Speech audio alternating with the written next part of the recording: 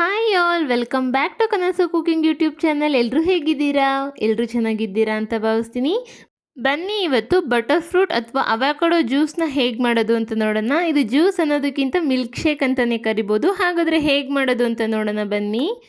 ಮೊದಲಿಗೆ ನಾನಿಲ್ಲಿ butter fruit ಯಾವ ರೀತಿ ಹಣ್ಣಾಗಿರಬೇಕು ಅಂತ ತೋರಿಸ್ತಾ ಇದ್ದೀನಿ ನೋಡಿ. ನಾವು ಈ ಥರ ಮುಟ್ಟಿದ್ರೆ ಅದು ಮೆತ್ತಗೆ ಸಿಗಬೇಕು, ಆ ರೀತಿ ಚೆನ್ನಾಗಿ ಹಣ್ಣಾಗಿರಬೇಕು. ಆವಾಗ ಮಾತ್ರ ನಾವು ಅದರಿಂದ ಜ್ಯೂಸ್ನ ರೆಡಿ ಮಾಡ್ಲಿಕ್ಕೆ ಸಾಧ್ಯ.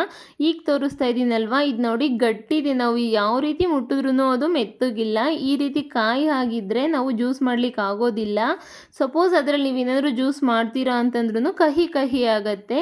ಮೊದಲೇ ಬಟರ್ ಫ್ರೂಟ್ನಲ್ಲಿ ಯಾವುದೇ ರೀತಿ ರುಚಿ ಸಿಗೋದಿಲ್ಲ, ಸಪ್ಪೆ ಸಪ್ಪೆಯಾಗಿರುತ್ತೆ.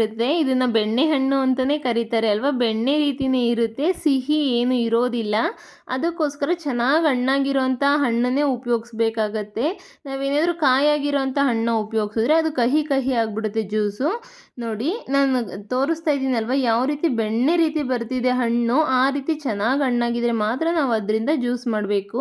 ಇದರಲ್ಲಿರೋವಂಥ ಬೀಜ ಎಲ್ಲ ಎತ್ತಿಟ್ಬಿಟ್ಟು ನೀಟಾಗಿ ಇದನ್ನ ಸಣ್ಣ ಸಣ್ಣದಾಗಿ ಪೀಸಸ್ ಆಗಿ ಕಟ್ ಮಾಡ್ಕೋಬೇಕಾಗತ್ತೆ. ಮೇಲ್ಗಡೆ ಇರೋವಂಥ ಸಿಪ್ಪೆನೆಲ್ಲ ತೆಗೆದ್ಬಿಟ್ಟು ಇದನ್ನ ನೀಟಾಗಿ ಸಣ್ಣ ಸಣ್ಣದಾಗಿ ಪೀಸ್ ಮಾಡ್ಕೊಬೇಕಾಗತ್ತೆ.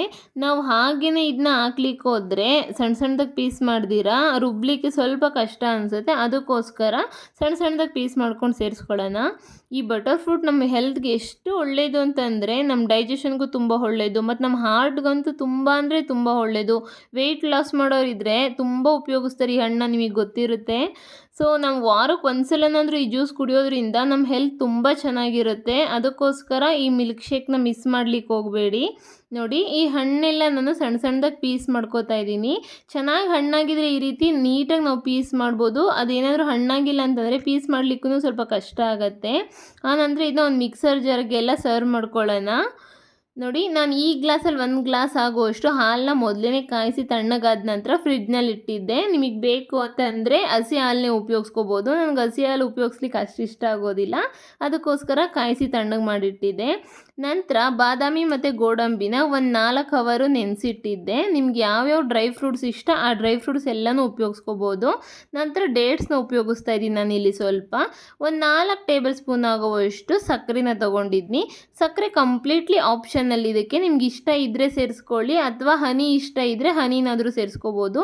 ಇದನ್ನ ಸ್ಮೂತಾಗಿ ಬ್ಲೆಂಡ್ ಮಾಡ್ಕೋಬೇಕಾಗತ್ತೆ. ನೋಡಿ ಥಿಕ್ನೆಸ್ ಯಾವ ರೀತಿ ಇದೆ ಅಂತ. ಈ ಥಿಕ್ನೆಸ್ ತುಂಬ ಜಾಸ್ತಿ ಆಗುತ್ತೆ. ಒಂದೇ ಒಂದು ಹಣ್ಣಿಂದ 4 ಗ್ಲಾಸಷ್ಟು ಜ್ಯೂಸ್ ಆಗುತ್ತೆ. ಸ್ವಲ್ಪ ಥಿಕ್ನೆಸ್ ಜಾಸ್ತಿ ಇದೆ ಅಂತ ಇನ್ನು ಸ್ವಲ್ಪ ಹಾಲನ್ನ ಸೇರಿಸ್ತಾ ಇದ್ದೀನಿ. ಮತ್ತು ಇದನ್ನ ಸ್ಮೂತಾಗಿ ಬ್ಲೆಂಡ್ ಮಾಡ್ಕೊಂಡು ಬರೋಣ. ಒಂದೇ ಒಂದು ಹಣ್ಣು ಉಪಯೋಗಿಸಿದ್ರೆ 4 ಜನ ಆರಾಮಾಗಿ ಜ್ಯೂಸ್ ಕುಡಿಬೋದು, ಅಷ್ಟು ಜ್ಯೂಸ್ ಆಗುತ್ತೆ ಇದರಲ್ಲಿ. ಜ್ಯೂಸ್ ಅಂಗಡಿಲಿ ನಿಮಗೆ ಗೊತ್ತಿರುತ್ತೆ ರೇಟ್ ಯಾವ ರೀತಿ ಇರುತ್ತೆ ಅಂತ ಅವಕಾಡೋದು. ಅದಕ್ಕೋಸ್ಕರ ನಾವು ಮನೆಯಲ್ಲೇ ಈ ರೀತಿ ಜ್ಯೂಸ್ ಮಾಡಿಕೊಂಡ್ರೆ ಒಂದು ಹಣ್ಣಿಂದ ಮನೆ ಜನ ಎಲ್ಲ ಜ್ಯೂಸ್ ಕುಡಿಬೋದು ಅಲ್ವಾ. ನೋಡಿ ನಾನು ಈ ರೀತಿ ಸ್ಮೂತಾಗಿ ಬ್ಲೆಂಡ್ ಮಾಡ್ಕೊಂಡಿದ್ನಿ. ಈ ಥಿಕ್ನೆಸ್ ಇದ್ದರೆ ಜ್ಯೂಸ್ ಕರೆಕ್ಟಾಗಿದೆ ಅಂತ. ಜ್ಯೂಸ್ ಅಂಗಡಿಲೂ ಅಷ್ಟೇ ಇಷ್ಟು ಥಿಕ್ನೆಸ್ ಇರೋ ರೀತಿ ಜ್ಯೂಸ್ನ ಮಾಡ್ತಾರೆ. ನಿಮ್ಮ ಬಳಿ ಡ್ರೈ ಫ್ರೂಟ್ಸ್ ಏನು ಇಲ್ಲ ಅಂತಂದರೆ ಜಸ್ಟ್ ಸಕ್ಕರೆ ಮತ್ತು ಕಾದಿರೋಂಥ ಅಥವಾ ತಣ್ಣಗಿರೋಂಥ ಹಾಲನ್ನ ಉಪಯೋಗಿಸ್ಬಿಟ್ಟು ಬ್ಲೆಂಡ್ ಮಾಡ್ಕೊಂಡು ಕುಡಿದ್ರೆ ಜ್ಯೂಸ್ ರೆಡಿನೇ ಆಗೋಗ್ಬಿಡುತ್ತೆ. ಇಷ್ಟಪಡೋರು ಡ್ರೈ ಫ್ರೂಟ್ಸ್ ಇದ್ದರೆ ಡ್ರೈ ಫ್ರೂಟ್ಸ್ ಹಾಕೋಬೋದು. ಇಷ್ಟೇ, ಅವಕಾಡೋ ಜ್ಯೂಸ್ ರೆಡಿನೇ ಆಗೋಯ್ತು. ನೋಡಿದ್ರಲ್ವ ಎಷ್ಟು ಸಿಂಪಲ್ಲಾಗಿ ಕಡಿಮೆ ಪದಾರ್ಥಗಳನ್ನ ಬಳಸ್ಕೊಂಡು ಬಟರ್ ಫ್ರೂಟ್ ಜ್ಯೂಸ್ನ ಅಥವಾ ಅವಕಾಡೋ ಜ್ಯೂಸ್ನ ಮಾಡ್ಬೋದು ಅಂತ.